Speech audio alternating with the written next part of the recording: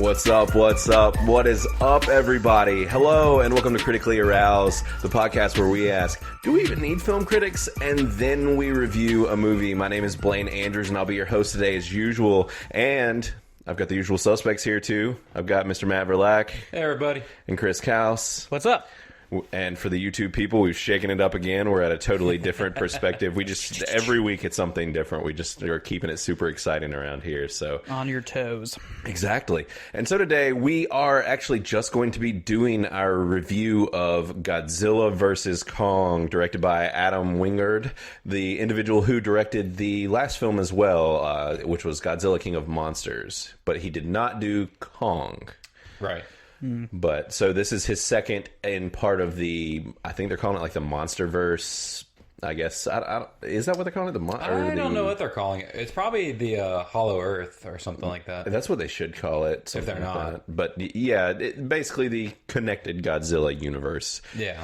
As it were. So yeah, that's what we're going to be talking about today. That's the main subject. We're not going to be doing any news or talking about what's streaming. We got together to record last night and the power went out on us, and so we just sat around and drank for like 4 hours. In the dark. It was great. Yes, in the dark. Yep, exactly. And so we had to get back and to get together today and do it. So before we all forgot about like what we were even going to talk about, since it's been quite a while. Well, I guess Chris was the most recent one. I watched it on Monday, so yeah, Matt, today is Thursday. Matt's like going on a week since he's seen it. So Yep.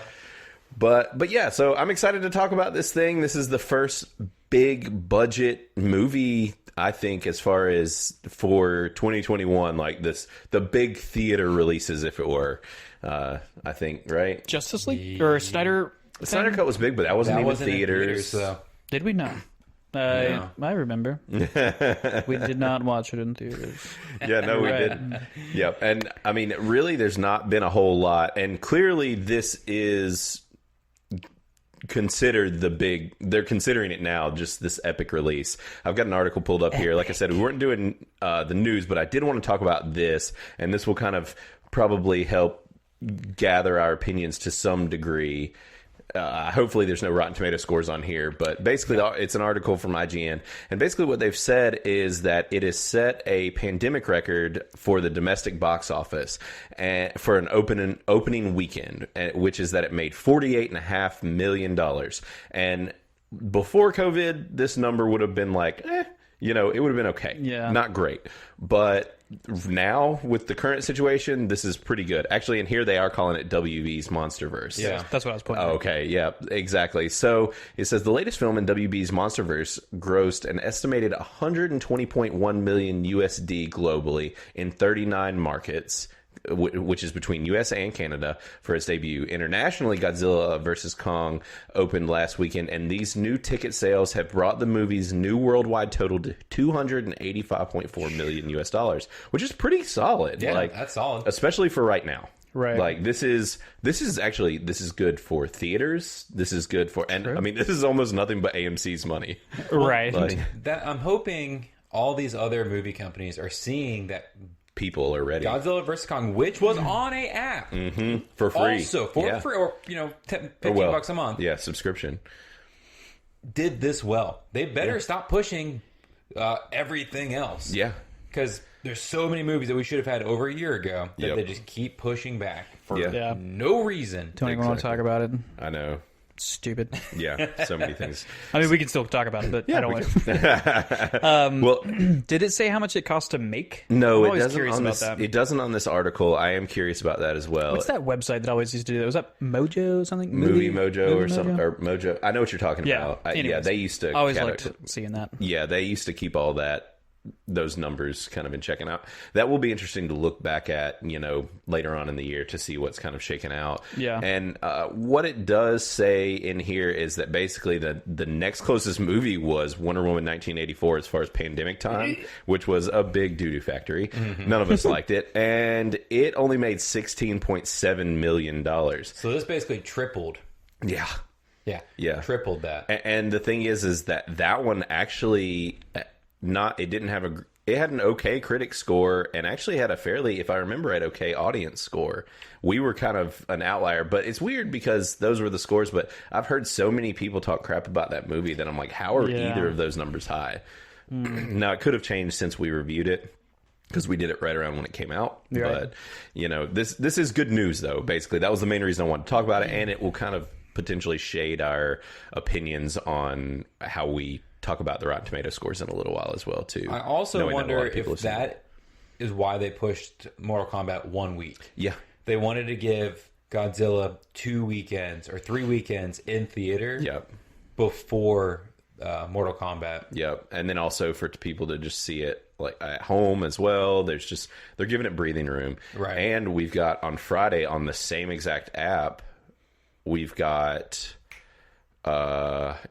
wait, no, never mind. I'm wrong about that. I was thinking that Space Jam was soon, but we've got a couple weeks till Space Jam. I thought that was May. Yeah, I think you're right. Probably I think it's like May. the first week of May or something. I was thinking it was this month, but then I recalibrated that. So yeah, I think that you are right about that. And actually, I don't know what we're going to review next week. Unholy. I don't even know what that is. In theaters? I don't either. It's a theater movie. Xena said it looks like a horror movie. Okay. Oh boy. Yeah. We'll see. You literally just said. You literally don't know just what we're said. doing. You didn't I did say know, that. and I suggested something. Look, Could be awesome. if Matt's suggesting it, it's probably going to be a horror movie. That is Just I'm throw just that saying, out it's in theaters Yeah. and it's new. Yeah. Hey, I'm on board. I will watch it. Hey. We'll watch it together. Awesome. Well, we've got our AMC stubs list back, Right. I was like, so- might as well. It's Yeah, we do. Exactly. Yeah, we can see stuff for free now. And if Not a it's- sponsor. If we decide that it's just not even worth talking about, we'll just go see something forget else. So, perfect. All right. Well, I guess we'll go ahead and move on to everything related to Godzilla. I'm about to say King of Monsters, but Godzilla versus Kong. yeah. So, all right. I didn't actually talk about as well. So I said it was directed by Adam Wingard, and Michael Dougherty and Terry Russo are the writers on this movie, and it's starring quite a few people and recognizable faces, being Alexander Skarsgård, Millie Bobby Brown, Rebecca Hall, Brian Tyree Henry. A lot, actually, Gillian Dennison. Did y'all recognize him? Well, neither one of y'all have seen Hunt for the Wilder People, but he's the main actor from Hunt for the Wilder People, and Deadpool, isn't he? He was in Deadpool as well. Yeah. He's the New Zealand. Well, did he have his accent in this movie? No. He was the one hanging with Millie Bobby Brown, the younger guy. That was just following her around. Yeah. Oh, puppy dog. okay. Yeah. No, he did have his accent in this movie. Did he? Yeah. And Lance Riddick, who we talked about several weeks ago, he was in this. Yeah. And Kyle Chandler was back after King of Monsters. And Damien Bashar was in this as well. And did I even say that Isa Gonzalez, she's in this as well? There's a lot of recognizable faces in this movie. And clearly, it sounds like, as far as this series goes, they're uncertain as far as where the future of it's headed, because all the movies have kind of gotten mixed results. I've been fairly happy with all the previous ones. I think the first Godzilla was the weakest of the bunch, as far as just not a whole lot happened, and they were really trying to feel the water. Now, I think it kind of did follow suit with some of the early Godzilla movies where That's don't what see... I was about to say. It's the hype. That particular movie did the build up. It was all about the human element, and then it was like the last quarter, Godzilla's there, just doing his thing. What's this rated? Is this R? It's PG-13. Yeah. But we said that we were only going to that hold is our true. tongues on like kids movies. Okay, Exactly. shit. Thank you. Exactly. Yeah. So this review will be technically our R-rated review, because, like they said, we've Adult themed. yes, adult themed. Yeah, that sounds bad. Yeah, that's Not for kids. yeah, it's not for say kids. that. Exactly. That's a good way to put it, especially for how YouTube handles things. Is just say not for kids. So yeah, let's move into talking about it. I guess the first thing we'll do is talk about who should and shouldn't see this movie and what it is like. I mean, That's a pretty straightforward one. I was like, Yeah. this is one that's obvious. Like, yeah. If you like Godzilla and King Kong, you should watch this movie. and if you don't know who those are, do you like giant monsters? yeah, fighting. If you're like yes, then yes, you should see this. Yeah. If you're like, what are giant monsters? Then no, you probably should not see this. Exactly. And I mean, yeah, if you're into the monster genres, or even your like Pacific Rim, your kaiju movies, your any type of large creatures fighting each other, tearing up Right. cities, big scale, big budget popcorn flicks. And especially even with how things are now, and not being in the theater for so long, for me, this was, even though we've been back to the theater for some, this was, for me, the welcome back to the theater as far as spectacle. that I have been wanting. Whether, regardless of anybody's opinion on this movie, as far as just spectacle and like what you quote unquote go to the theaters for. Yeah, because this is definitely like one of those movies that you really needed to see in theaters. Totally, you agree. can watch it at home, sure, but if you're not, it's not on a big screen. You're not getting the grand scale of things. Especially if you go to Dolby, which is basically the only way we see movies. Yeah, it is. It's shaking, like your chair's moving. This movie was one of the most epic Dolby, I guess, catered experiences that I've seen, as far as just, you know, like you said, your seats rumbling, the music, well, and it wasn't like overly loud, but it was just the special effects and the booming and the directional audio where you're seeing them crash over here and then they go across the screen and you're hearing them on the other side of the theater. No spoilers, God. So yeah, it was just that spectacle. I think this is perfect for that. So if you are wanting something to usher you back into the theaters, this is a good way to do it. Granted, I mean, if you didn't like King of Monsters, there's a good chance you might not like this. Right. I mean, this is hanging to what this series has been doing. You know, true. They've been pretty consistent with it. And honestly, we didn't talk about it, but Adam Wingard, I really actually like him as a director. He made his, as far as the first thing that put him on my radar, actually, he was doing horror movies. He did VHS. He did Blair Witch. Best, like, anthology series. That's the new Blair Witch, by the way. Yes, that is the new Blair Witch. Which was really good. And the one that I was pretty sure he directed, I'm looking here, and actually I don't see him on this list. I was thinking he directed something else, but I'm guessing he didn't. Oh, wait, weren't you guys terrified by VHS? I have to see it. Yeah. Oh, yeah, because it's one of those things where each one's actually really scary, each segment. So he only did one of the segments in VHS and in the second VHS. But it's like you forget them. You just block them out because they're short. It's not a huge buildup. Yeah. Which makes it great to rewatch because you're like, what's going to happen? Exactly. And actually who I thought had done this and directed this, I thought, and I'm wrong, okay, I need to make a correction. I thought it was the same director as last time. This is a different director because these guys kind of work in the same space. I thought that Michael Dougherty directed this, and I've been getting Michael Dougherty and Adam Wingard confused. Which he wrote. Michael Dougherty wrote this, but he actually directed King of Monsters. But the big thing, the other things that he directed was Trick or Treat and Krampus, which I both adore. Yeah, I love Krampus, and I really like Trick or Treat. And he did King of Monsters, and I really enjoyed King of Monsters. And this, so he actually directed the last one, and I thought he did this one, but I was wrong. He just wrote it, actually. So he or at least wrote, he's one of the writers on it. There was more than one writer. So clearly he stepped back from the director's chair and let... Maybe they're just tag teaming it. Yeah. So that's interesting. I just didn't realize that was the case for this movie. I was thinking that it was the same situation as the last movie. So that's interesting. So we have 4 movies in their MonsterVerse with 4 different directors, which is odd. Yeah, it is. It's an interesting take, which honestly, I don't feel like they felt that disjointed. I guess that they kept the directors fairly, as far as like, it didn't feel like you're going from one... It's not like Star Wars. Exactly. Where it felt like you're watching it and you're like, this is clearly totally different people with different ideas. Right. Yeah. They're taking the story in a totally different direction. Yes, exactly. And that's not what I felt like happened here, really. This felt like a continuation of where they left off. Now, whether or not that was good continuation, we can discuss further, but as far as how some things were handled. But anyway, so that's as far as who should and should not see it. That's a good kind of intro into what you're getting into with this movie. And so next, I guess we'll talk about the Rotten Tomato scores and try to predict what the critics and what the general audience thought about this. And I've been thinking about this over the past couple of days, and my mind keeps changing on what I actually think is going to shake out in the opinions of this movie. Do you guys want to go first, or y'all want me to go first? Okay. Okay, go ahead. I think, because I was thinking about this before. Yeah, I thought ahead this time. Critics, I say 78. Okay. Audience, I'll say, oh man. Oof, I didn't think good enough. Maybe big brain don't work too good. Yep.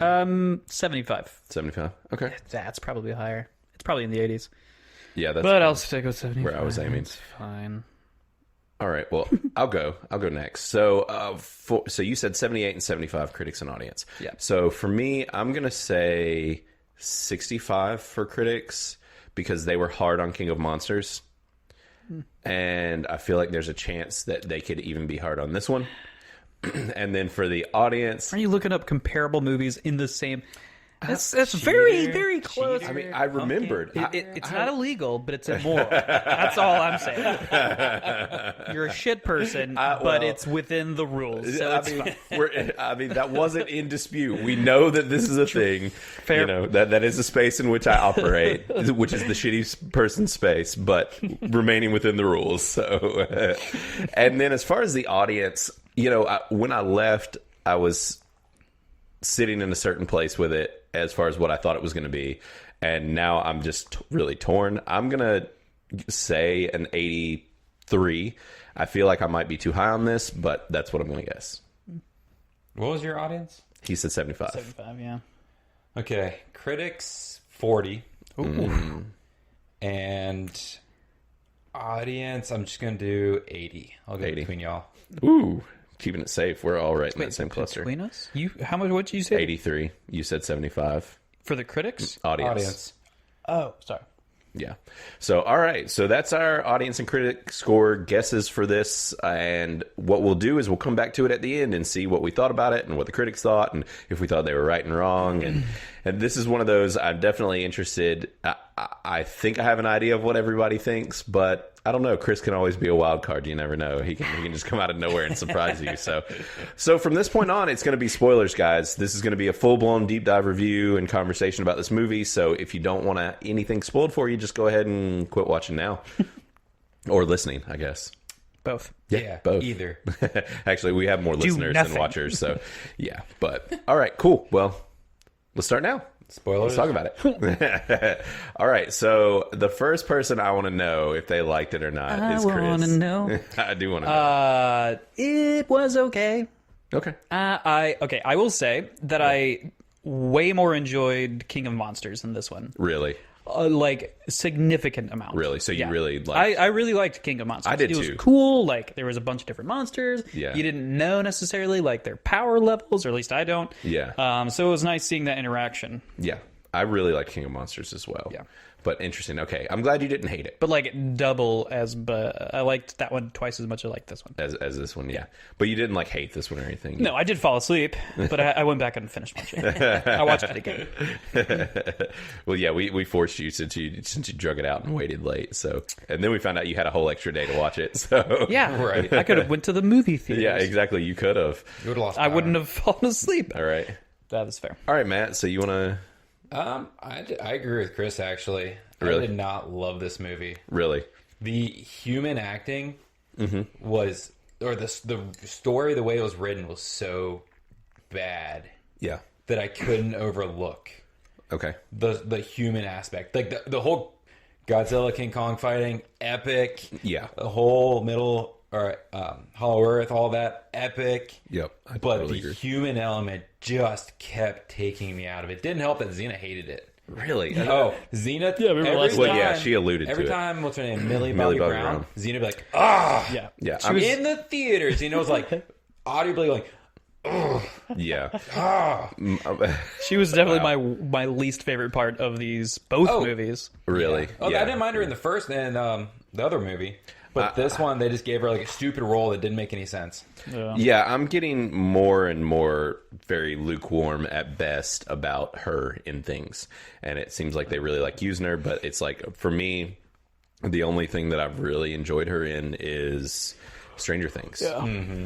That just seems to be I her don't even best know ways. how much else I've seen her in She's been doing a lot over the years, just kind of in and out of different things. But over the years. It's been like 3 years since Stranger Things. True. No, it's been out longer than that. But since the last season. Don't talk to me about time. It means nothing. Yeah, they're getting aware the Stranger Kid things are getting things. They're getting the old. Stranger Thing. Whoa. Yeah, the Stranger, not the Stranger Kid things. The Stranger Things kids are getting too old to play the roles that they're. Yeah, That's fair. have they Especially because of filmed? COVID. Side note, Yeah. have they filmed that last season? Yet, or- They started I know at they the were gonna beginning do of it. COVID, and then they stopped. And I've heard that they started back. So, and they film fairly close to us. They film in Atlanta, but Did they not? Never mind. We didn't need to talk about that. yeah. Anyways, what did you think about it, Blaine? Yeah.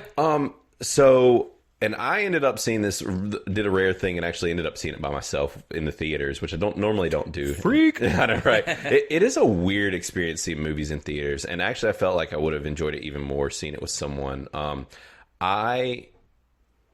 Watching this movie, I loved it, okay? Mm-hmm.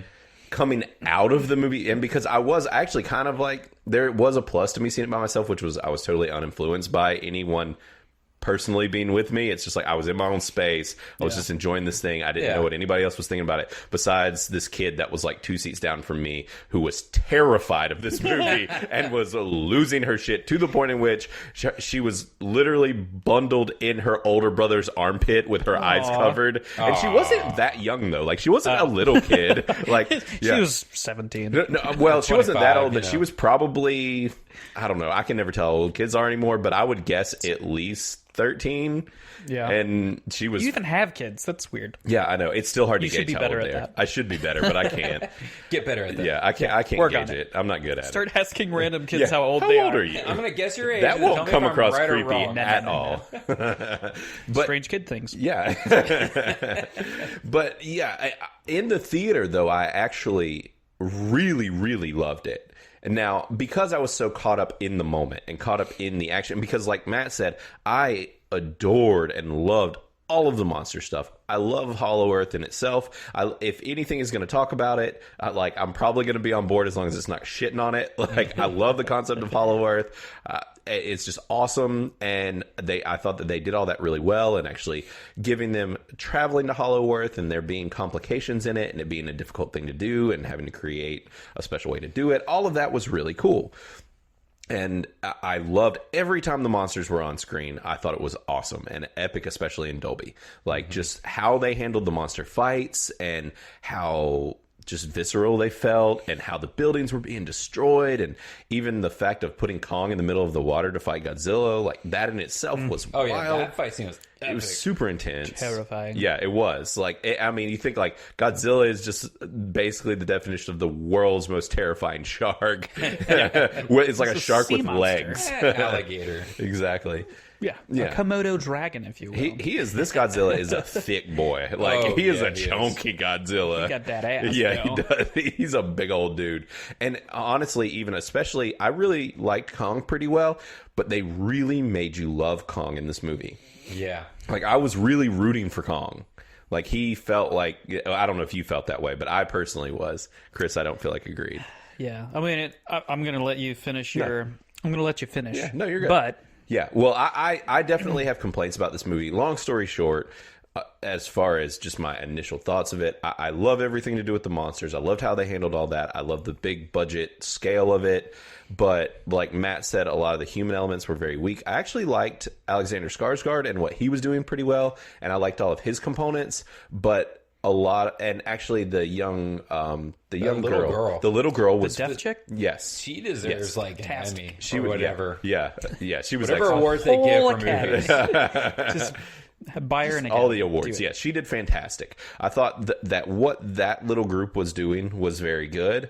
Everything surrounding Millie Bobby Brown was terrible. Like, her story was pointless and stupid. If they cut her out, and explained how Alexander Skarsgård could fly a futuristic ship perfectly through the Middle Earth or through the Earth's crust and all that. Yeah, I would have a lot less qualms about this movie. I have some thoughts as that did cross my mind, but I had some thoughts as to how he was able to do it. Oh, we made up reasons. We were like, oh, maybe he was a pilot, or maybe like they crash coursed, but they didn't show that in the movie. Yeah, that was Xena and I spitting about it after the movie. Sure, yeah. I think the reason he was able to fly it was because clearly, well, for one, he was seemed like a pretty highly educated guy. He was clearly some level of explorer. There was a whole situation with his brother.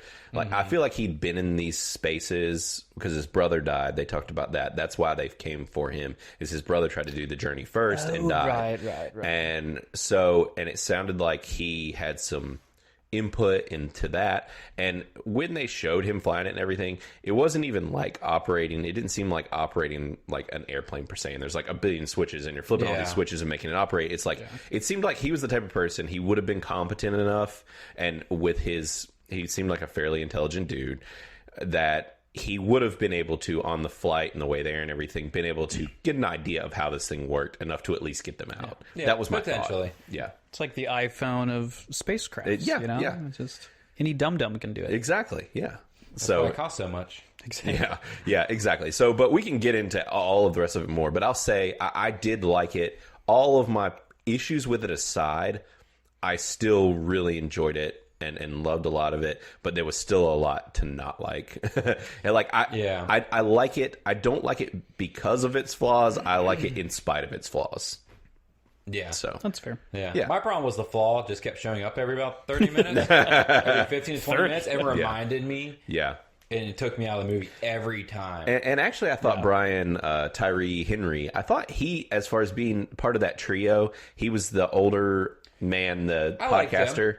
I thought he was pretty good. Honestly, if Millie Bobby wasn't in it at all, because she didn't do anything really. She was just like, we're going on a mission. We're going to do this. We're going to do that. Didn't really like seem to have a rhyme or reason except that her dad wouldn't listen to her. Exactly. But her mom's a cunt. Yeah. She's either dead or in prison. I can't remember. Yeah, I can't remember either. She's dead. She's dead. Yeah, she ended up getting killed. Yeah. She's to dead. save She them. sacrificed herself. Exactly. But if she wasn't in that at all, and it was just the conspiracy guy, then I would have been, this is so much. Yes, I wish More that what they had done is stuck her dad, Kyle Chandler. I wish that they had stuck him with the podcaster, and maybe even had, for some other random weird reason, the younger kid from Deadpool. Oh, he wasn't needed. It didn't make any sense that he was in it. It didn't really. It was just kind of the friend component for her. Yeah. Like, I think that if they could have found a way to, even if they interjected him, because I just think he's a good actor. Now, I didn't think they utilized him well in this. I thought his writing was bad in this movie. But he can be very funny and very good. But if they had basically put Kyle Chandler as like the straight guy, you know, this serious scientist, whatever, with this podcaster guy that's kind of off the rails and a little goofy and whatever, and had the two of them in this almost buddy cop kind of situation in this subplot, it would have been much better than what we got. I would have liked that. Yeah. I think that was probably, for me, the biggest flaw and could have fixed a lot of issues with this movie. Yeah. It probably would have. Yeah. Or it would have reduced my qualms to the point where I would have put this a lot higher on my list of liking it or not. Sure. So for me, like, I did notice those issues with the humans. But with these kind of movies, I can, like, set that kind of stuff aside for the most part. It did bug me. Like, Millie Bobby Brown was just... I hated her. I hated her character. So maybe that speaks to how good of an actress she is. I don't know. I'll give her the benefit of the doubt as an actress. But I hated her character. I hated her mom's character. Like... oh, we're just going to murder the entire world so that it doesn't die? Like, who cares if the Earth dies if every human is dead? Like, I think the animals have something to say about that. Fuck animals. No, literally, I fuck animals. But so, like, I can set all that aside. For me, it was just literally like, Kong is not an apex predator. I'm sorry. I will be the first one to say it ever. Yeah. But like their fight was such bullshit. He had to be resuscitated by a machine. I mean, like, and Mechagodzilla was dope as fuck, but like extremely overpowered. And how did it become sentient? That was my thing. That was so okay. I think that was that I have beefs with that. Most of my beefs are actually all within Yeah. the stuff surrounding how they hand waved Mechagodzilla. Right. Like, I wish that they could have just made it even a situation where instead of it just going sentient, like something happened to the guy controlling it and made him Turn into it or made something. him lose his shit basically and control Mechagodzilla in a bad way or whatever, instead of just like, some weird stuff happened, I don't know, there was an electrical shock and it took over and now Beep boop bop, science words. Well, didn't they say this because it was connected with Gamera's with what's The skull. the three-headed it's a Gamera. it's not Gamera, it's No, we're going with Gamera. it's not it, but No. we'll think about it in a minute. King G. I'm about to say Ghidorah. Ghidorah. Yeah, Ghidorah. It is Ghidorah. Isn't that the chick from No, that's from Gildara. Guardians. Guardians. Gamora. Gamora. Yeah. So, anyways, Ghidorah. Yes. Yeah. It was connected to Ghidorah's skull somehow, and Well, I guess it was still its brain was in there. I'm guessing. So it wasn't just like a skeleton, and that's like they used the brain, and somehow it transferred consciousness I guess to Mecha. There was some weird... Which I was fine with that. Yeah. There was some weird hand-wavy sciencey, like, you know... Well, they kept it on with, like, oh, like, how should we make it so they can beat it? Let's pour liquor on the control. Dude, that was the isn't biggest... needed anymore because it's sentient. Right. Yeah. And that's also not how computers work. That is not. Yes. Oh, that was, like, one of those times I was just like... I could hear Xena going... next to me, because I was like, that is pretty dumb. It was the dumbest moment in the whole especially movie. when he's like, I'm gonna hack it. I'm like, Are you a hacker? what? Yeah, which then they called attention to it. Well, and yeah. They made But fun then he of kept it. trying, and then they resorted to pouring alcohol on it to like in short the out. fan, like pour alcohol in a fan, and I'm like, this is a big system. It's connected to a satellite. Like, there's so much stuff going on with this that, like, Yeah. I really don't think pouring something into the fan is going to make this computer not work. You're 100% right. Or make that monster. I don't know. not work. I saw this movie. Apparently, it causes him to short out. And Yeah. he has to reboot. So That honestly, like, everything aside, until the little bits when Millie Bobby Brown and them got to the location where it was all being operated, yeah, in Hong Kong. I was able to look past any issues with those characters and all that. But then it just really, that portion of the story just like plummeted for me. Yeah. The only other thing that was kind of bothering me throughout was like when they interjected very randomly the daughter of the main man who's running the big corporation. His daughter ends up going on the expedition.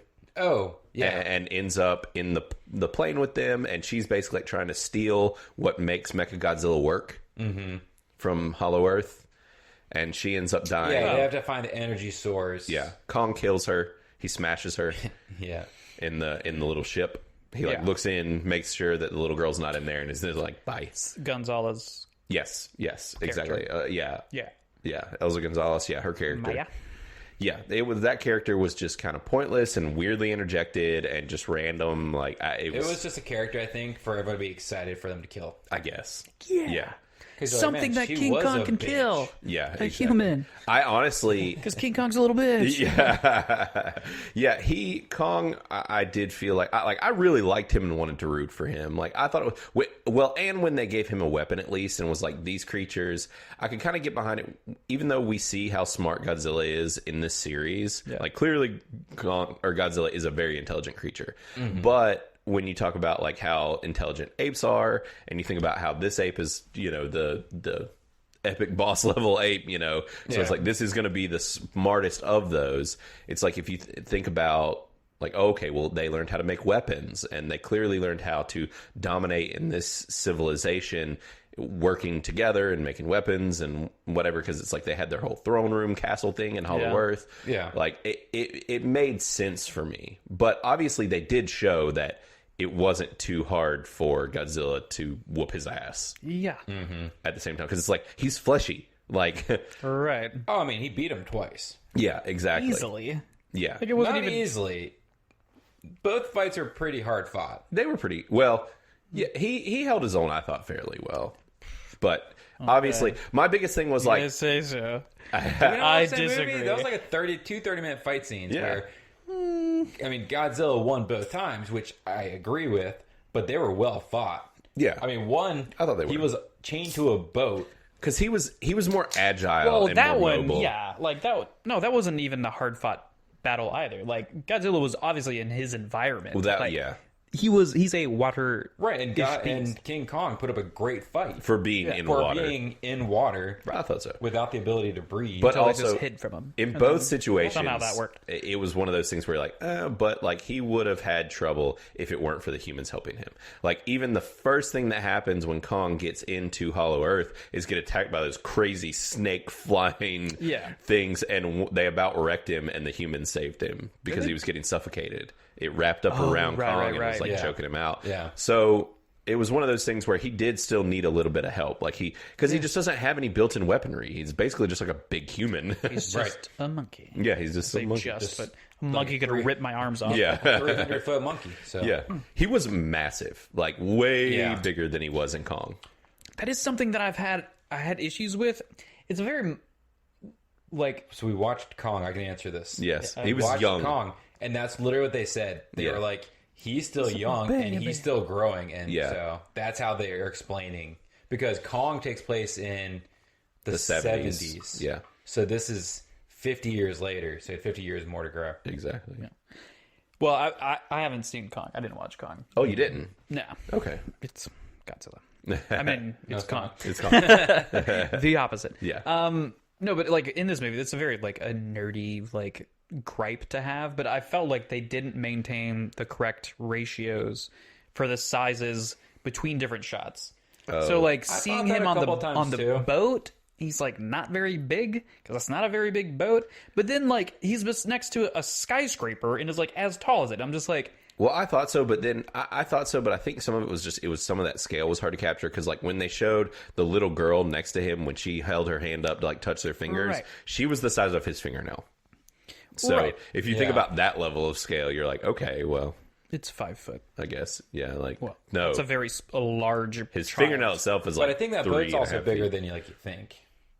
Yeah, I think the boat was bigger than you think I too. was challenging myself with that also. Yeah, And I mean, I was able to like. I think they did it mostly right. There might have been a couple slip ups, but I didn't see anything major. That's kind of what I thought too. It was just sometimes like angles and stuff. Because we when watched they different movies. well, when it was further away, I think that's the thing is it's hard to show that level of scale when you're in the ocean because it's so big, it's an open area. But it was like when they would zoom in and they would get on the ground and you'd see the humans and like the restraints, even the things that were rolling the chains up were massive. And so you think like, oh, the size of those, then this boat must be really, really, really big. Right. So it just didn't quite look that way because I think it's just hard to show when you're in the ocean. Could be. Yeah. But Again, like I said, it's a nitpicky kind of gripe Sure. thing, but yeah, it didn't affect the movie in any way. Yeah. It's just I was just like, what was doesn't y'all's seem right. favorite stuff about this thing? About like what they did? I liked Hollow Earth. Probably was the coolest to me. Yeah. That whole environment, how Yeah. they depicted it, I really liked that. Because I mean, yeah, again, fight scenes they were cool, but it's like Godzilla. But see, that's what I loved. I just love seeing like Them fight. massive fights like that. Yeah, me too. Because they're just destroying everything. They murder like thousands of people. Dude, Oh, yeah. when they get into that was my thing was when they got into Hong Kong. I guess it was Hong Kong. Yeah. When they were there and that level of destruction was just awesome. Like the way that they were, everything was getting just totally destroyed. Oh yeah. It was it felt like how it should have felt. And because and I kind of like it because you have an excuse with this where it's like if there's humans piloting things, if it's like with Pacific Rim and it's Jaegers, or if it's there's humans element involved, you're like, oh, they're going to be concerned with casualties and a low death toll. But it's like these are two animals fighting for the death. Like they are not going to care about destroying this city. Right. Like they are not concerned with that. Yeah. And so they can have that level of destruction and not feel like they're going to get backlash from people watching, which I like. That's fair. So I thought it worked really well. Yeah. But I think that my favorite stuff as well was the Hollow Earth and then probably the fight scene in Hollow Earth was really cool, especially that it was basically like a core and then there was like an outer. Yes. That each had their own gravity. The layers, yeah, that were separate gravities. Because when he went to the area where Kong was, he flipped back over and was like, they had to flip around and everything was opposite. And cool. I would really honestly be totally down for an entire like Hollow Earth movie if it was called. Like, it'd be a Kong movie if you think about it. Probably so. Yeah. Just another Kong movie, and it's about like the humans and Kong finding like another race of something down there that he has to fight off. Or finding other Kong type creatures, maybe if there were some alive somewhere else down there, and Kong maybe on Kong fucking action. Yeah. They gotta reproduce. Yeah, they could be monkeying around. Yep, that's right. Hey. Oh god. yeah, they could, and they could add in a lot of the other monsters because we know that there's a lot of these other creatures existing now. Yeah. So, because they were talking about how many different types of them there were in King of Monsters, and we know we didn't see them all still. Right. And there's a good chance that there's some that they don't even know about. True. So, being that now they have access to Hollow Earth. Weird, like, face hugger snake things. Yeah, exactly. So, I would be totally down for them doing more with this franchise. I think that I would like to see Michael Dougherty back instead of Adam Wingard, who did this one. Yeah. I think he did a better job with King of Monsters. I think that if they do it again, they just need to separate themselves from the whole Millie Bobby Brown stuff and maybe focus in on what they were doing with Alexander Skarsgård and like that team, and then being in, because it ended with them in Hollow Earth. Really, they just need to focus on that little girl. Yeah, well, that's what I mean. They could even jump ahead and do it when she's older. Yeah, it could be. But keep the same actress. Yeah, We're gonna wait. we'll wait 10 years. Yeah. Or however long. Yeah, because she did do an excellent job. But even if they didn't wait, I could totally see them focusing on just the Hollow Earth stuff and having a Hollow Earth movie, and I would be totally on board. Yeah. Which, and I love conspiratorial stuff, and they did poke at so many conspiracy theories in this. Right. I was loving it, and they weren't crapping on all of it too bad. They were making fun of some of it. Like, it was really funny, their initiation between Millie Bobby Brown and the what's his Podcaster. name? Yeah, the podcaster Brian Henry. When their interaction, when they're like trying to find out if Tapped they're or legit, untapped. exactly, tapped or untapped. I knew initially when they said it, I was just like, untapped. Like, I knew exactly what they were going to ask, and I'm like, this is totally about drinking fluoride water. So yeah, I love it. And it's like they interjected a whole lot of that, which I thought was fun. And my whole thing is, I'm fine with all that as long as they're not ripping on it too hard and just being like, this is stupid, versus like, this is a fun thing to bring up that people are into this stuff. And I can't even remember all the conspiracy stuff that they touched on, but there was a lot. Oh yeah, Even outside of just Hollow Earth. And, quips back and forth. exactly. And even having like the whole train underground, that whole concept, the speed train for the company, where they were moving Right. the monsters around from going from across the world, basically, through the earth. That was, I thought all that was really neat. That was, but it was clearly like, for this movie versus the last one, it was like, oh man, they were technologically somewhere very different than we realized they were in the last movie. Right. Like, this company that they're dealing with has made some serious technological advancements as far as what they can do. Yeah, I wonder what it must have only been a couple years. Yeah, and I mean, they didn't deal with that company at all, so maybe they're where all the innovation resides. Yeah, because they could have been doing what they've been doing since the first Godzilla movie. Yeah, we just didn't know that all that was going on. That's what I'm assuming. So I enjoyed all that pretty well. It's just really the wet blanket on this entire movie is just the subplot. I have one more gripe. Okay. Was how quickly they destroyed Mechagodzilla at the end. It did happen pretty quick. It was literally, he's shocked because we poured liquor on his controls that he doesn't need. And then, like, 4 swings of his axe, basically. And then he was done. And they completely demolished him. They did. Cena was pretty upset that they demolished him. Really? Yeah, she was like, I love this character. And they literally just slaughtered him. And there'll be no chance of bringing him back. Yeah. Like a sequel or anything. They did. Yeah. I mean, I guess he was so powerful that it was one of those things where they're like, they got to get rid of him fast, because if they don't, it's going to take every monster in the universe to destroy this thing, because he is just a god. Yeah. He was just so strong. Yeah. So I guess maybe that was some of it, was just like how strong he was. Yeah, it just seemed very abrupt considering all the fight scenes were kind of prolonged. Yeah. And then I thought they were just going to kind of like, he was shocked and they like cut off like one of his arms or something like that, or his like main cannon. Yeah. And that he rebooted and they like realized what they needed to do. And, like 3 to 5 more minutes of them fighting. Yeah. Slowly chipping away at him versus done. Yeah, I felt like it did end pretty quick. It all happened. It was all moving along at a pretty decent, just standard pace. And then when it did get to the Mechagodzilla stuff, they're like, all right, we got to end this. Like, yeah, it's like, our budget's up in about $1 million. It did kind of have that vibe. Let's wrap it up. Because it was only like an hour and a half, right? I don't know. Hour 40? I don't feel like it was very long. It didn't feel crazy long, but let's see. I don't know. It's almost 2 hours. But if they added 7 more minutes, yeah, that one fight scene, it would have been a good movie. I would have been down for a little bit more time. Yeah, just because they were like, oh man, this guy's so cool, and he looks overpowered, which they could have made him less powerful. Sure, but I don't know. That would have just been cool to see that a little more prolonged, seeing Godzilla and King Kong working together just for a little bit longer versus like slugging on each other. Yeah, I would have been down for that. There were multiple scenes. I thought that the fight scenes were just handled so well, though. There were multiple scenes where I just had the vibe of just being like, "Woo, yeah!" Like I was just super hyped. Like they were so fun. The fight scenes were so fun. Oh, I agree, 100%.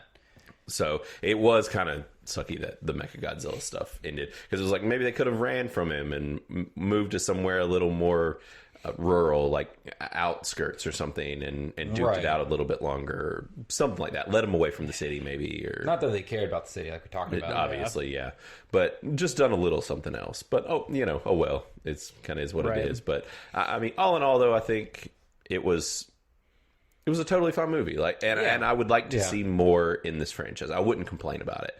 No, yeah, I definitely want more. Yeah, but it was funny because like right when I walked out, I left on a high and I'd just not been focusing on any of the complaints because I didn't care. I was just having fun. Yeah. Like I just had fun, and that was my main thing. I was like, I got what I wanted out of this movie. Like, this was fun.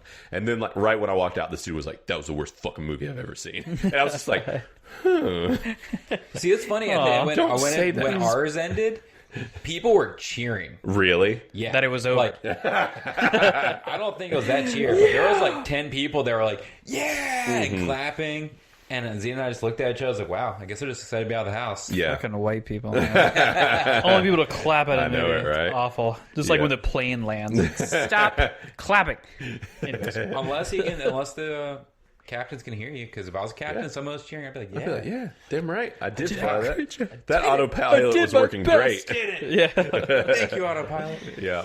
I feel like if I hadn't had seen King of Monsters like literally right before this movie, I probably would have liked this one more. Really? Like if I had watched it like, whenever it came out like and I hadn't seen it, or even if I watched this one first and then King of Monsters, I probably would have liked this one more. But I could totally seeing see them like back to back, and just in my mind, King of Monsters was just superior in every way. The story was better, the acting was better, and the monsters fights. Like it was like the majority of the movie was monster fights, and there was like there were different monster fights too. Exactly. Yeah. And it's not just King Kong, little bitch, getting beat up all the time. Kong is a lover. Literally, He is a lover. Kong is all about him being a protector. It is. True. Yeah, it is. Doesn't make him any stronger. It does not. But very good point. Yeah, that is. Yeah, that's a good point. He just it's a hard line to ride with that, but it's like I like King Kong. He's just a little bitch. It's fine. I'm a little bitch, and I like me. Well, you guys want to go ahead and talk about what the critics thought? Yeah, take a look. Let's see what they say. Check it out. All right, awesome. Telling you. Well, this is going to take me like just a it. second. There is a chance You they said might not. 40%. Oh, I think the critics are going to be like, this was awful. I think they're going to be like, the writing was bad. The characters were flat. I think this is what I'm guessing the critics are going to say. Well, we will see in about half a second here. So, oh my gosh. You give your computer too much credit. Oh! Holy shit. Oh! What? Wait. Holy crap. I think you hit it again, Chris. I think he hit it again.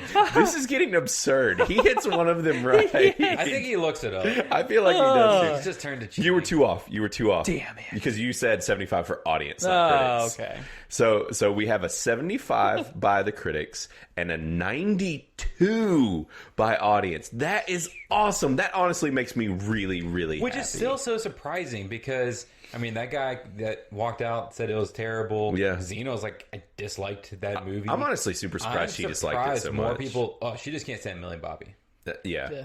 Well, and Millie Bobby. she is kind of, Sydney can be the same way. Both our wives are this way, where they will fixate on a thing, and like a thing will make them completely dislike all of something. Oh, yeah. 100%. And they're both like that. And I'm just like, it's just one part. Like, Yeah, but she's kind of a big part in this movie. she kind of is. She keeps popping up. She's kind She of does. always there. She does, but it's like they are like they'll fixate on a person or a whatever, and it's like, and I mean I understand like some people are just like that, and the two of them definitely are, but it's like for me I'm like as a whole, like in a sum of its parts, I'm not going to focus on that thing. I just don't like that part of it. But yeah, this is just makes me super happy that both of these scores are that high, and which obviously shows with the money that it's making, and Right. that's the thing is like if it did have a 40 or something on Rotten Tomatoes, I could see the numbers that this movie brought in being much lower. Honestly, That's fair. Could be. I think there's a strong chance. Was it 323 through? Yep, we had 323 critics review this, which is a pretty solid number for how things have been. Yeah. Which, I mean, you think they had a lot of ways to see it. You know, they could see it at home or in theaters, and essentially borderline for free at home. So, Right. and then with audiences, I mean, 5,000 plus. That's really good. We're getting really high numbers on audience now. Yeah. With how Weirdly high enough. Snyder was and this. Yeah, Snyder was like 13,000. We're getting these big budget movies that people have been waiting a year to see. I mean, Right. people have just been sitting around I waiting. expect, I guess, on a lot of these movies we're going to be seeing to be high audience. I think that Space Jam, Mortal Kombat. I think all of those are going to do gangbusters. Yeah. You aren't excited for Mortal Kombat, Chris? Oh, no. Oh. That one looks good. Space Jam? Space Jam. I don't think it's going to do well. You don't That's think? my prediction. I mean, I could be wrong. I think a lot of people are going to watch it whether it does well or not. Yes. Is another, That's exactly Because what the it is. nostalgic thing. That's what I was going to say. one There's part. a level of nostalgia that is Yeah, so but- high for our generation, especially. Michael Jordan compared to LeBron. Yeah, get out of here. LeBron is no different Michael generation, Jordan. And people Sure, argue a lot that, of people like people LeBron. argue that all day long. Sure. They will, but I mean, Yeah, we're not Michael Jackson. I'm not Michael opposed. Jordan. Michael Jordan was just. He was just such a cultural icon in a different kind of way. He was. He had like this wholesomeness to him, and he wasn't totally that way, but the media surely helped us to. Right. He did a good job of containing the view. There wasn't any social media back then to skew people's ideas. Yeah, exactly. I mean, he did catch some serious flack when he tried to play baseball. That was rough. That was a rough time. Yeah. That was a rough time for MJ, but you know. Yeah. So let's take a look and see. The critics' consensus on this says, delivering squarely on its title, Godzilla vs. Kong swats away character development and human drama to deliver all the spectacle you'd expect from giant monsters slugging it out. For the last 30 minutes. Yeah, I mean, it didn't... I see, that's where I'm so surprised. The critics were like, "Oh yeah, we don't need human development and all that," and I'm like, Sometimes they focus on that stuff "But really that's so hard. weird that they were just like, yeah, we're gonna sweep," because they obviously tried doing that in the story. It's not like that wasn't part of the story. Right. It was just not well done. I felt like compared to the other ones in this series, though, this one did focus the most on the monsters Oh yeah, compared to all the other movies. yeah, because even in King Kong or King of Monsters? King of Monsters, they still focus a lot on There the was a humans, lot on the humans in that movie. trying to figure out like what's going on and how to prevent the other monsters from being awoke. Yeah. Woke. I feel like, I don't know. I feel like it's pretty equal. I mean, there was a lot of just people in this movie. You know? I mean, like, There was a lot. maybe there was them going to get Kong and transporting him, but I mean, it's not like he was doing anything. Sure, he was there, but it was still human drama of just transporting him, and there was a little fight at sea. But I don't know. But I mean, I guess It's I mean hard less of to- like the conversational aspects of it is like it was a lot of like just not a ton of dialogue. It's like if they were following Kong around and stuff, you're still getting that time with the monsters and chasing Kong around and all of that. Versus some of the others where it was just like you'd get like a big human chunk and then monster fight, human chunk, monster fight. Like, Right. Versus this was a little different. So what it says for the audience says is this long-awaited blockbuster matchup makes it easy not to think about the so-so story and characters by serving up plenty of action and incredible effects. I agree with that totally. And I didn't care, honestly. Like I said, I didn't care about any of that stuff until I heard that guy when I walked out of the theater and heard Xena. And I was like, oh, I guess some people aren't liking this. Like, I really liked this. I didn't know. Because I feel like even your thoughts about what people think about it probably would have been different, Matt, if you and me had just gone to see it, or even just the three of us. And that's where Xena's very vocal when she dislikes things. She is, yeah. And it's hard to be like, no, it was still like good because of this stuff, and then her response is, but it wasn't because of this. Yeah, exactly. Well, I mean, where it's you're like wrong. if she hadn't talked to you about it and you hadn't known that was her opinion, Yeah. I feel like you would have probably been like me and been in your own little world and been like, yeah, like because I was and Millie still bothered me. Yeah, I just I mean, thought me that too. was stupid. Yeah, for sure. But I was like, you can overlook it. Who cares? This is a fun monster movie. Right. It's one of those movies that you go into for the action, not Yeah, the which is all they were characters. saying, both critic and audience is like, yeah, who cares about the human aspect? It's all about the monsters. right. Yeah, exactly. So we'll take a look at a couple of these reviews real quick, a couple of the splats and stuff. So here's somebody, Mark Kermode, with Kermode and Mayo's film review. Interesting. Kermode and mayo. I love it. So it's exactly what you think it is. No more, no less. It's a shame because there are elements of a more interesting movie here, and he didn't like it. So there's not a whole lot we can say about that sentence. Like he just at least he wasn't totally crapping on it. Like, Right. You could end after the first 1, 2, 3, 4, 5, 6, 7 letters. Or I mean, not letters, but words. English, hard. It's exactly. Yeah, it's exactly what you think it is. Exactly. It is. Yup. He could have just There said you that. go. And so Richard Brody, we've read stuff from him before. He didn't like it, and I'm pretty sure we regularly read him not liking things. But a distracting jumble that reduces the stakes of the movie's mighty showdown nearly to a vanishing point, and turns the title Titans and their other colossal cohorts into incredible shrinking monsters. What? Dude, he just doesn't like having fun. He doesn't. He doesn't like being entertained. Yeah. I can just picture him being like the grumpiest old dude. Yes. Sitting there being like, meh. Yeah. What is he even talking about? I don't even know. Yeah, it's like, what is he even trying to say here? Did I miss a shrinking monster? I want to see a shrinking monster. Yeah, just imagine Ant-Man, Yeah. but like Godzilla, who can shrink and like. It'd be adorable. But then he can also get big, so he can just like shrink down, dodge a punch, get big again, uppercut. It would be fun to see him fight some big monsters. That's what they should do in the next Ant-Man movie, is make him fight like like Gundam or something. Like make him yeah. fight like kaiju. That would be I pretty would love awesome. that. I would be totally on board. But yeah, I don't even know what he's trying to say here. So whatever, forget this guy. He's just Forget him. That's Forget the most about him. curmudgeon-y Forget sounding about review. it. Like whatever. So Matt, you want to read what Matthew Lucas said here? He gave us a nice little paragraph. Give me the whole paragraph. Yep. All right. Outrageous, over the top, and wholly spectacular.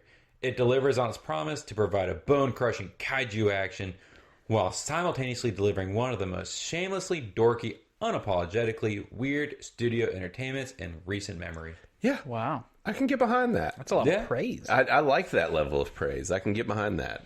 I think, and clearly, I mean, he really liked it. Which, and the funny thing is, he only gave it a 3 out of 4. With everything he said, But that's the problem with that rating system. it is. If you give anything out of 4, like a 4 means it's like the You best thing love you've it. ever seen. Yeah. Yep. So, is there one more, maybe one of these guys here? You want to read Amy Nicholson here?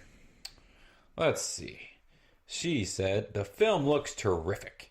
There is some imagery here that honestly took my breath away. And I mean, I kind of So agree. she's talking about like in the earth and all that, I'm guessing. Yeah. Well, probably, and even just seeing them in the city and how big they were. And I Yeah. mean, like, the CG was really good in this movie. Oh, that's why I would be curious to see how much money was spent. Yeah. Yeah. Because most of this movie is CG. Yeah. A lot of it is. So- Oh, yeah. And this movie's been sitting on the shelves for a long time, too. This Yeah, movie's it was been another made for a last year while. movie. Mm-hmm. So Yeah, it's just another one of those movies that got caught in freaking purgatory. So, But honestly, like, I'm really happy that critics are digging this. Like, I wasn't really expecting that. Scroll down a little bit. Okay. A little bit. Yep. Okay, I'm going to read that one. Yep, go ahead. Because this is how I feel about this movie. Godzilla deserved better than Godzilla vs. Kong. Amen, Hannah Lodge with Screen Rex. I feel the same way because King Kong's a bitch. Well, that was like throw it out there. one of the things I was going to bring it up earlier. I don't think I said it, but like when Kong jumped on his back with all the spikes, I'm just like, he's going to get fucked up. Like, I'm like, you don't jump on Godzilla's back if you're fleshy. Like, that's a lot of spikes on that back of that Godzilla. Well, so I wasn't expecting Mecha Godzilla. Yeah. And then I was like, oh man, he's a mega badass. Yeah. And then it was just like, okay, well, he's only on the screen for 5 minutes. Well, and he just came out and wrecked Godzilla's crap. Well, Like, that's just what was wrecked unfortunate him. because it should have been like, I don't know, more drawn out. Like I said earlier. Just pour a little liquid on there. Yeah. Yeah, that's all you have to do. That's in the manual. Like, Yeah. find giant monster that's made out of metal. Find its controls. Pour some liquid on it. So Boom. does that mean that if they were to like throw Mechagodzilla into the ocean, that he would just short circuit? Like, Potentially. that's the stupidest thing I've ever heard in my life. Yeah, I guess they're What a saying... poorly designed monster. Well, I think it was more that it's a poorly designed computer system that is inside of that building, clearly. Yeah. It's like... We only spent like billions on this. Exactly. So let's do something terrible. Let's make a Run it computer off that an all you have to do is pour something E-machine in the computer. fan. Yeah. Like, what? Just like that. That was the weakest part, honestly. Like Yeah. that. And we just needed more of Mechagodzilla, but I'm glad we at least got him. And I think we all almost predicted that that was going to be the case because they teased him in the end of King of Monsters. There was a post-credit scene where they teased him at the end. Oh, I might not have stuck around for Yeah, that. they showed that they were clearly Working on that. So, and then, this one supposedly had a post-credit scene that was inserted somewhere into the movie, but they haven't admitted what scene it was or where. But there was an actual post-credit scene, but I don't know what it was. During the movie post-credit scene? Well, no. Like at the end of the movie, there was just supposed to be a post-credit scene. Yeah. But apparently they took whatever was filmed for that and stuck it somewhere in the movie, but they haven't said where or what it is. Like, it could have just been the last little bit of the movie. I don't know. Yeah, it was probably just them down in the the very last scene, which guess. felt out of place. A little bit. Because that was another thing Zane and I talked about, was like that whole Kong in the Hollow Earth. Hollow Earth felt really weird. I would love to see That Kong would in be a Middle great Earth. movie. Holy moly. That would be something else. He would be fighting some treants. You shall not pass. He would be fighting. He'd be Squash. friends with Yeah. them. He would just chill. He with probably them. would. Oh, chill. Get high with Gandalf. Throw them into Yeah, the. exactly. I liked him throwing sun. the tree. Yeah. Yeah, the throwing the tree, just like turning it into a spear and launching it. That was pretty That awesome. was a very small dome for such a large monkey. It was. So you didn't like that they ended with him in Hollow Earth? No, we just said that it felt like that was a post credit. It That kinda they just did. added to the end of the movie, which just felt off. Well, because it felt like it just ended so abruptly. Yeah. It was just like, Yeah. okay, Mechagodzilla's dead. Godzilla's gave me leaving. flashbacks to the most recent Fantastic Four movie. Oh, I never saw that one. Because it was like, I felt like it was a good movie, and then all of a sudden it ended. And I was like, wait, the movie just ended. What just happened? Yeah, that's one of the few Marvel connected property or projects that I've never seen. I've seen almost all of them, and that one I just didn't want it to. Which supposedly that one apparently got the DC treatment, except for from Fox, and it was Marvel. Like it was when Fox owned all the Marvel properties, Right. and according to the director, who was the director of Chronicle, basically he came out. That was another thing, is before the movie even released, he came out and was openly like, they butchered my movie. This is not my movie. It's a pile of crap. They tore it all to pieces. And basically almost encouraged people not to even watch it. Jeez. And he has had a lot of trouble working ever since then. That makes sense. He caught a lot of flack. But it's like, I can imagine if you have this baby, and it's like, he released Chronicle, and Chronicle was one of the best indie movies of just like coming out of nowhere, first time director, and killing it. And it was just a different take on superheroes and everything. And then for you to get a big superhero project and it to get ripped to shreds is just, that's a shame. Yeah, it still blows my mind they do that stuff. Yeah, it's studio meddling, man. These studios need to learn. Like, this is it's going to hurt you in the long run. Even if it's not like it, even if it doesn't feel like perfectly what you want. It's like, you hired this guy, like, Right. or this man or woman, whoever. Like, you need to at least ride it out with them to some degree. Yeah. because we just keep hearing about these issues. So, but all in all, though, I'm happy with Godzilla vs Kong. Yeah. It was a middle of the road movie. It wasn't bad. It wasn't great. Yeah, But it was entertaining. yeah, I really enjoyed it myself. But yeah, I'll stick with it. I would like to see more. I want to see a Hollow Earth movie. Oh, yeah. In the I agree. MonsterVerse. That could be really cool. Yeah. I'll watch it. Or maybe even just like launch Godzilla into space, or Godzilla in space. I'd be down for that. I'd watch that one too. Yeah, let him fight It on won't be Mars. the or first something. time there's been like aliens and stuff. 'Cause Right. There's old movies where the aliens Well, yeah. come to Earth. That would and actually things be like that. pretty awesome. Yeah. For them to do for the next one would be for them to fight an alien invasion and have It's the Godzilla monsters versus the aliens. I'd be on board for that too. Yeah. Which they've already kind of teased that. Have they? So in King of Monsters, they're like, Ghidorah is not from this planet. Oh yeah. They He did is not say. You're right. He's not part of this ecosystem. Right. He is from somewhere else. So they've already laid the groundwork That's a good point. theoretically in this universe for aliens. True. I want more of these movies. I'm down for it. I want more. I want an alien one. I want a Hollow Earth one. Keep going. Which, and it sounds like there might be more potential for more of these with how well this is doing. Yeah, exactly. It's like Oh, it's yeah. doing way better than people expected, I think. Yeah. So I wonder how they quantify, because I'm sure they're finding some way to put dollar signs on views on With HBO HBO Max. Max. Right. So I wonder how they're looking at that. Probably subs. Yeah, there's probably a metric for like how normal subscription rate, and then that if like whenever they announce that King Kong's going to be on there, if it's spiked, there's probably some kind of like a margin there that's they're like, oh, Probably, yeah. this is higher than average, and it probably is attributed to this new release. Exactly. And between that and then As a also guess. looking at like the retention viewing for people like watching the whole thing, and I'm sure like the number of people watching, where it's like if they have a huge peak just a big spike of people watching that, Yeah. which I'm sure that they are going to, because it's like even the people, obviously we're having a huge theater turnout, so there's got to be a huge HBO Max turnout as well. And I could see people even just like watching it in theaters and then watching it at home because they can for free. Like, Right. so there's probably going to be a lot of that too. I'm excited for this franchise. I hope that it can keep trucking. Yeah, I mean, they put out a movie every 3 years. Something like that. They waited a little too long between some of these, in my opinion. Hasn't been that long since King of Monsters. Oh, dude, the MonsterVerse actually, I felt like has had too big of a gap. Well, you gotta think though. This was supposed to come out last year. Yeah. which I think would have been a 2-year gap. So Yeah, it would have. Which, let's see. 2019. So, yeah, Oh, so yeah, that 2019. wasn't that long. That's actually sooner than I thought So it it was. would have been. This was supposed to come it's out only in 21. So that would have been a year. 19 to 21. Well, it's 21 now. Oh, you're right. It would have only been a year. It's only been 2 years now. Yeah, What was the first? What was Kong called? Skull Island. Skull Island. That was it. that was That's 17. That's when I wanted to. It was 17. So really, it has only been about. And then the other Godzilla, I'm pretty sure, was 15. Okay, so the gaps haven't been for some reason. It felt like they were really spaced out, but I guess they weren't. In my head, they 2 years. Yeah, each that's not movie. bad. Yeah. That's not a bad turnaround. That's every other movie. Look at every Yeah. Star Wars. Look at every Yeah. Harry Potter and Fantastic Beasts. Like True. that's what they do. It's like every other year they put out a movie. Yeah. Well, sweet. Well, I guess that's it for this thing, guys. Yeah. We've talked about it pretty good here. do it. And so what we'll do is close out. We'll give you guys our send-off songs. I've actually already added mine to my playlist to the playlist once again. and forever. So yeah, so these are our send-off songs. If you don't know, we have a playlist on Spotify and on YouTube. I have not been keeping up with the YouTube, and Chris is supposed to be doing it, but I haven't given him the login yet.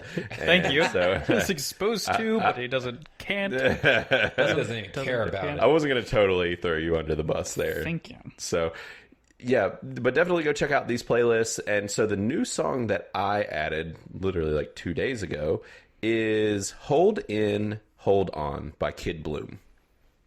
And this is a really cool, it's just a very upbeat, kind of a hippie-ish vibe to it. It's just, but it's a little poppy. Like it's a fun song. This is just a very feel-good song. I liked it a lot. And I've never listened to any Kid Bloom, but this one I'm Sounds familiar. really digging. Really, I could be just thinking of like Kids Bop or something.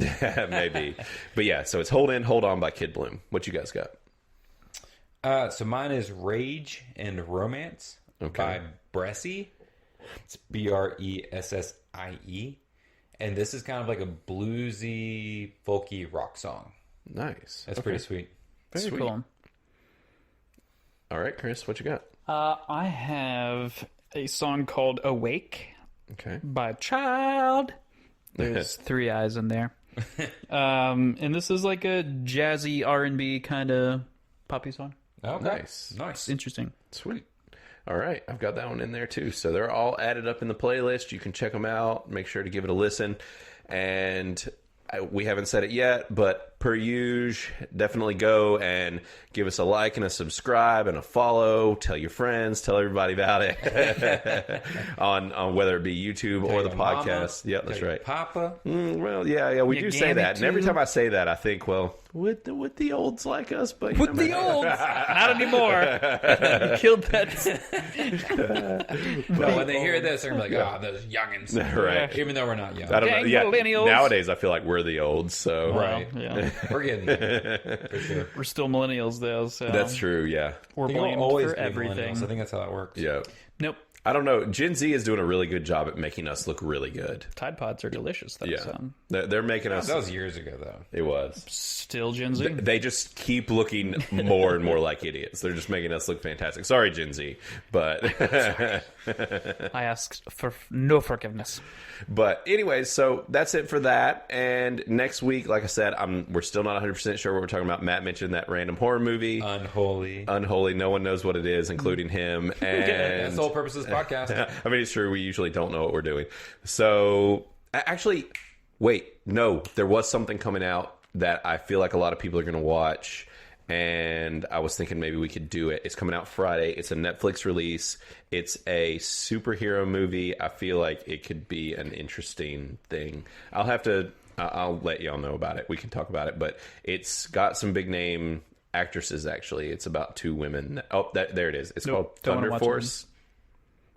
I think, and it looks like it's coming out. Oh, yeah, it's a comedy, isn't it? It's a comedy superhero movie, and it's starring. Where's the cast here? It's Melissa McCarthy and Octavia Spencer and Jason Bateman. So Unholy? Unholy? Yeah. Yep. I'm gonna say Unholy. Yeah. You know, I do love Jason Bateman, but Melissa McCarthy is not my favorite. I don't really like her either, but that's kind of part of why. But that sounds like a role she'd be good in, though. I'm pretty sure I saw the cover picture, and she's one of the heroes. Yeah, she is supposed to be. I think they're supposed to be like scientists or something. They stumble into superpowers. I don't know a whole lot about it, but yeah. And this Unholy movie, I kind of pulled it up here on IMDb. You kind of. Well, I did. I pulled it up on IMDb. Okay. But well, I can't. As we're clear here. Do you guys want me to read the summary Nope. so we can have an idea of? Sure don't. It's just a paragraph here. I like not knowing anything. Okay. Spooky. Here, you can say it though. I'll just cover my ears. Do la la las. All right. So it says a hearing impaired girl is visited by the Virgin Mary and can suddenly hear, speak, and heal the sick. As people flock to witness her miracles, terrifying events unfold. Are they the work of the Virgin Mary or something more sinister? Well, I know it's about the fucking Virgin Mary. So I don't know. That's what it's about. So I guess we'll talk about it. I guess if that's what y'all are really wanting to see. I mean, we can. Oh no, I don't care either way. I know that We'll talk about it. we'll look at the bigger thing is we need to see if it's in both places as far as what people like to hear us talk about, what I've seen even just anecdotally. Yeah. It's like if it's not easily easily accessible, we tend to not. Yeah, people I think just it's don't listen as much. in-theater only I think it movie might now. be because that's just if people aren't easy to see it, and maybe they'll come back later and download it and listen to what we have to say, but when it's accessible. But Yeah. I know that it's definitely people tend to want to listen more when it's something that's widerly able to view, because even with like Chaos Walking, it's like that was only actually now it is to where you can rent it at home though. They switched that on, so maybe this one already is too. I have no idea. We can check and see, but we'll talk about it later. Anyways, we'll figure out what we're going to talk about. But Mystery. yeah, outside of that, guys, we will see you next week talking about something. And special thanks to Ketsa Music as usual, to Aubrey Troutman for doing our logo, and that's basically it as far as our thanks. Yeah. And just make Fuck sure. David now, Yeah, apparently. Screw you, David. Office maid, it's gone. He's no more. I'm the full blown office maid. So Taking on the mantle. Yep, I have like the taken office it on. hooker. Yeah, I am. True. A very cheap hooker. And yeah, guys, thanks a bunch for listening. And make sure to just check out all our stuff and check out the website. It's criticallyaroused.fireside.fm, right? Or fireside.critically. Why do I keep mixing up I keep forgetting our website. Anyways, dots. it's easy to find if you Google us. So Google Critically Aroused. Google that. We're the only ones. What so. year is this? Of course, just Google it. Exactly. You'll find it. So, all right. Well, thanks, guys. And we'll see you next week. This was a lot of fun. Bye. Later. See ya.